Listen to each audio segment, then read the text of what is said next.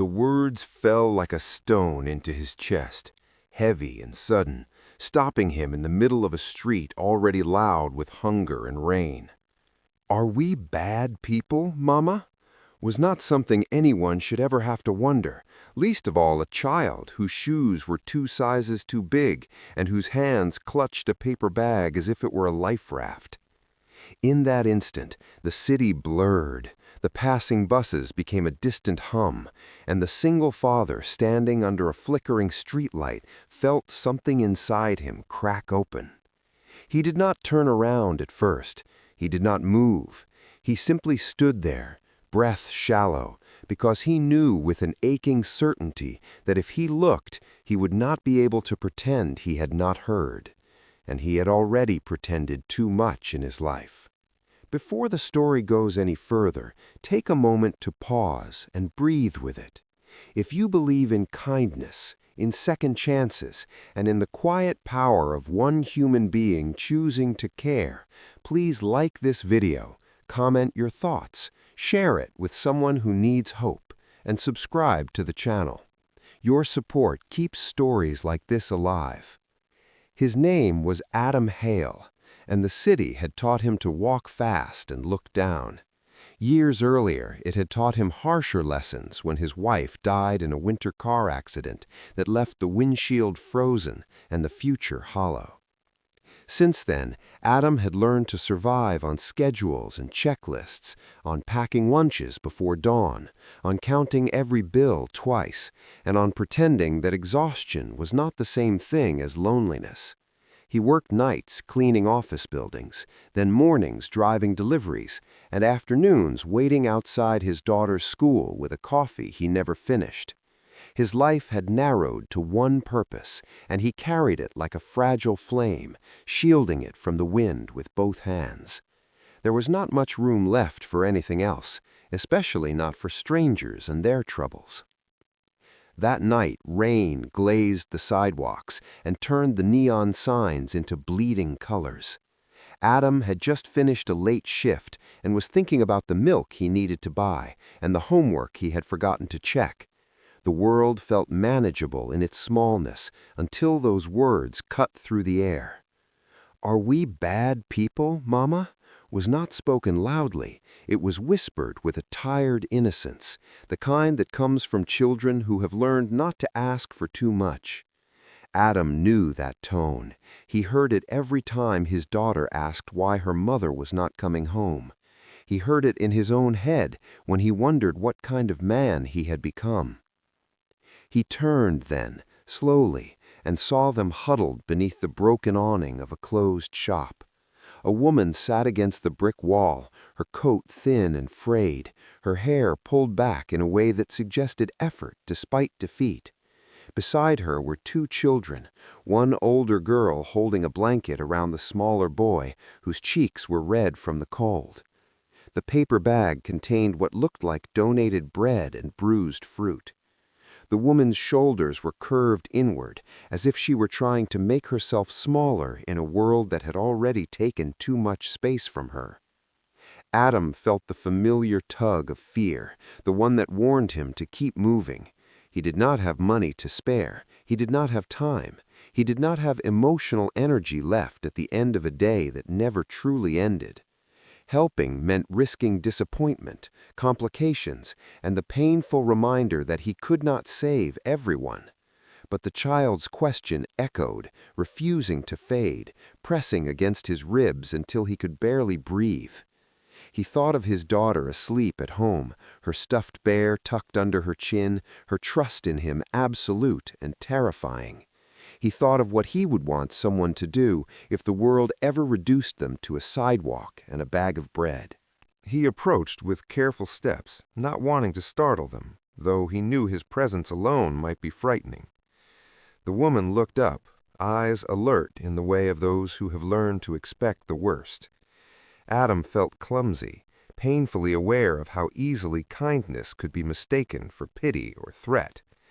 He offered nothing at first, not even words, just stood there and let the rain bead on his jacket. The children watched him with quiet curiosity, the older girl's arm instinctively tightening around her brother. What happened next did not feel heroic. It felt awkward and uncertain and painfully human. Adam reached into his pocket and pulled out his wallet, then hesitated. Money alone felt inadequate, almost insulting in its simplicity. He thought of the warmth of his car, the empty passenger seats, the heater that worked too well, and the drive home he had been dreading because it meant facing another night of too little sleep. Without announcing his intentions, he gestured toward the street, toward the shelter sign he remembered passing a few blocks away. He did not know if there was space. He did not know if they would trust him. He only knew he could not walk away. The woman hesitated, calculating risk the way only someone with children can. Adam waited, forcing himself to be still, to be patient. Eventually, she gathered her things, her movements slow and protective, and nodded once. They walked together through the rain, an unlikely procession bound by necessity rather than choice. Adam felt the weight of responsibility settle on his shoulders with every step, heavier than any box he had ever carried for work. He wondered what he was doing, whether this was reckless, whether kindness could turn into disaster with one wrong turn. The shelter was crowded and loud, filled with the restless energy of people clinging to temporary safety. The smell of soup and damp clothing hung in the air. Adam spoke to the volunteer at the desk, his voice steady despite the tremor in his hands. He watched as the children were led to a corner with blankets, watched as the woman's posture softened just slightly, as if she were allowing herself to believe in relief. He left money he could not really afford, and felt both lighter and more afraid for having done so. Driving home afterward, the city looked different. The lights seemed harsher, the shadows deeper. Adam replayed the child's question over and over, each time hearing something new in it. It was not just a fear of judgment. It was a plea for reassurance, for someone to say that circumstances did not define worth. He realized how close he himself had come to believing otherwise, how easily survival had turned into self-erasure. In the days that followed, Adam tried to return to routine, but the memory would not let him.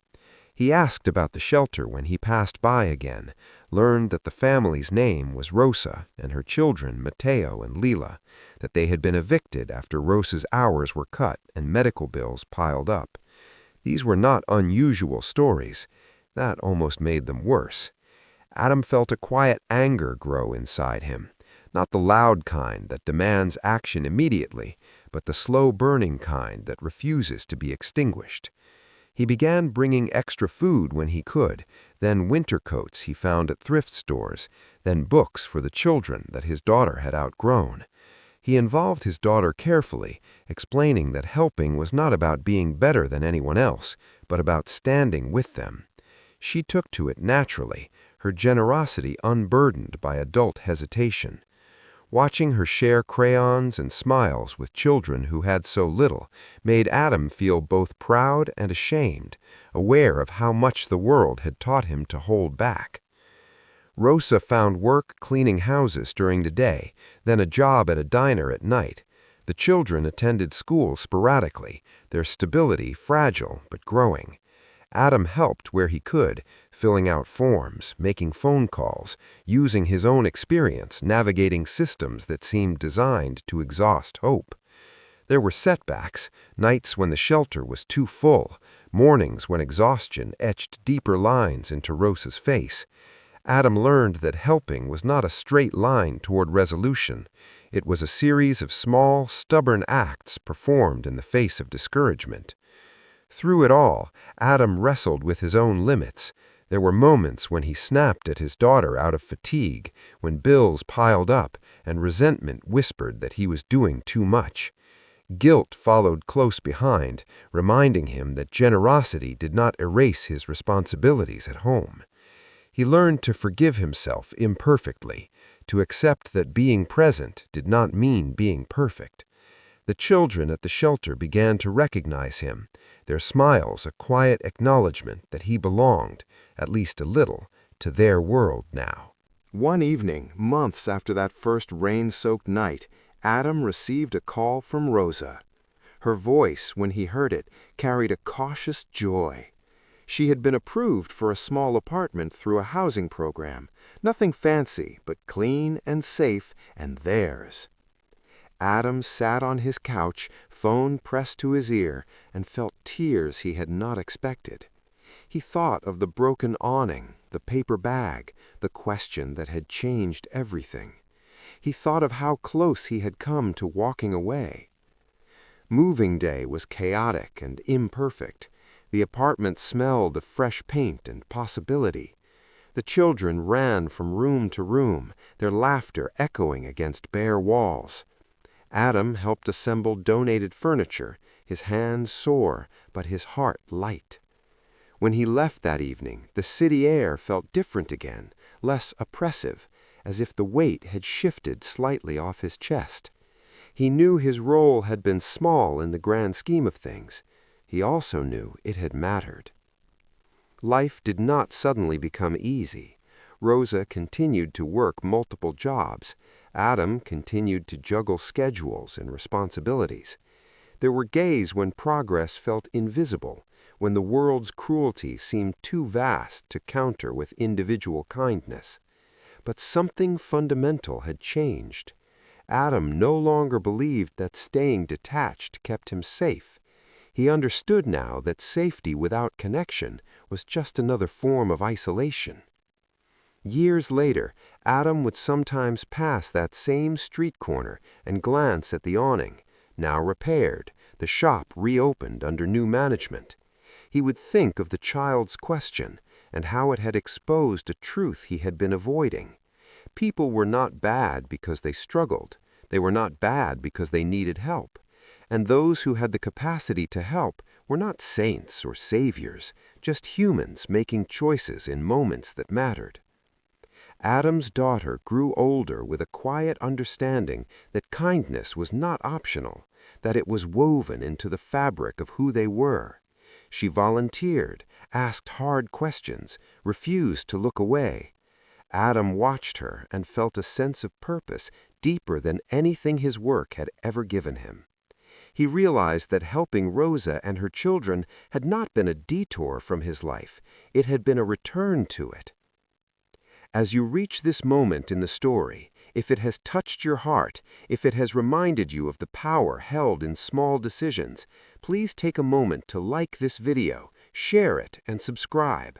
Your engagement helps these stories reach others who may need them.